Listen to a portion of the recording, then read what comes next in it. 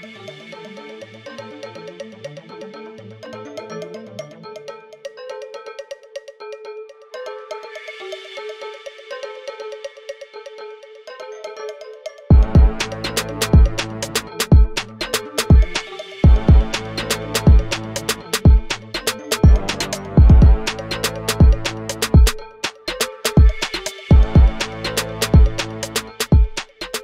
suis Corinne Francos, administratrice de la compagnie Exponentielle Danse. Nous sommes une compagnie de danse contemporaine qui a été créée en 1997 et qui est implantée en région parisienne. Nous développons la danse contemporaine, mais pas uniquement, puisque les créations sont aussi influencées par d'autres styles de danse, comme le breakdance et également un peu de capoeira. Nous avons eu connaissance de cette salle, qui est une salle récente et qui est aussi au top au niveau de ses équipements, de ce qu'elle peut proposer. Étant donné les circonstances de la crise sanitaire actuelle qui empêchent les compagnies de pouvoir présenter des spectacles dans des conditions normales, nous cherchions un plateau pour permettre aux danseurs de continuer à s'exprimer dans des conditions les plus proches du spectacle, continuer aussi à travailler sur la partie de création lumière du spectacle qui est très importante. Et c'est pour ça que nous avons sollicité la ville de Bois-Colombes. Bonjour, je m'appelle Frédéric Hertin, d'origine brésilienne et antillaise. Et je suis le chorégraphe de la compagnie Exponentielle.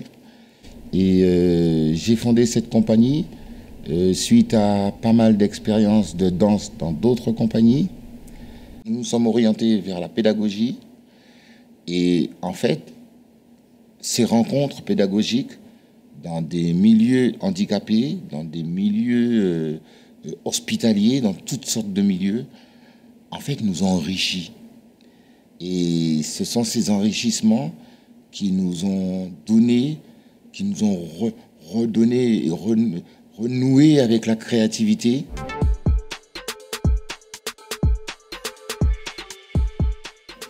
Donc, la compagnie a une partie artistique, mais aussi un volet pédagogique à travers une école de danse.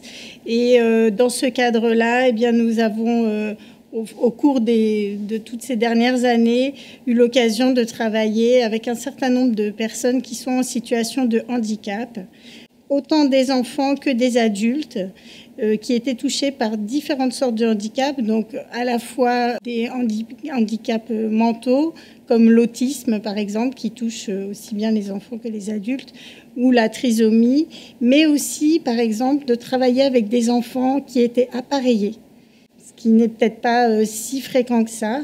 Donc tout ça, ça amène à une réflexion, à une adaptation de la pédagogie et aussi ça nous projette forcément dans quelque chose de plus créatif qui nous a emmenés vers ce travail.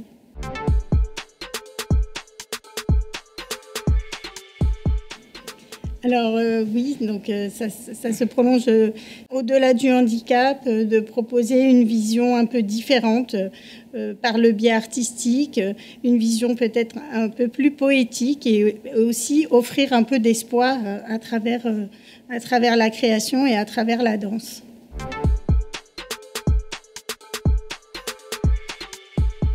On travaille dans les écoles, donc avec des enfants à partir de 4 ans, mais ça peut être aussi des adolescents, des lycéens, des étudiants également. Donc on est confronté à vraiment différentes façons de voir les choses.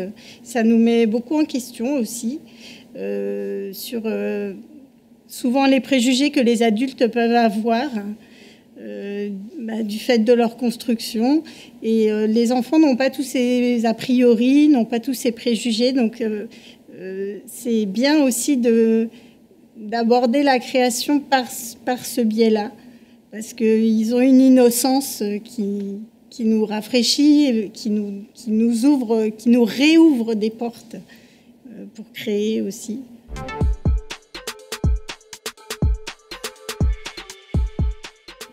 Oui, bien entendu, parce que l'influence de ce qui est autour vous impacte hein, forcément. Hein, et, personne n'est insensible aux choses, donc ça nous influence dans la réalisation de ce qu'on fait.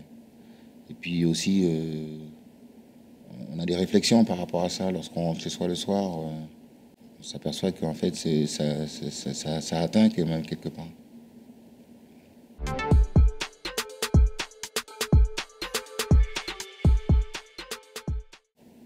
Son passage sur le plateau, vu le contexte actuel,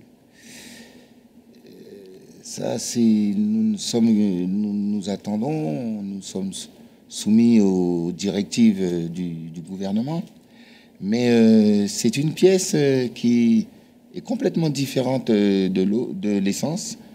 Et en fait, l'intruse traite de la solitude et du manque de communication ou du peu de communication qu'il y a entre les humains. Ce sont ces deux thèmes-là qui sont très importants dans l'intruse. Cette pièce, elle est pour mettre en valeur un peu la solitude. On fait des contrastes. On mettra sur scène des circassiens, des gens qui sont très communicatifs, mais qui n'arrivent pas à communiquer. Donc c'est l'enjeu de cette réalisation que j'espère vous proposer un jour.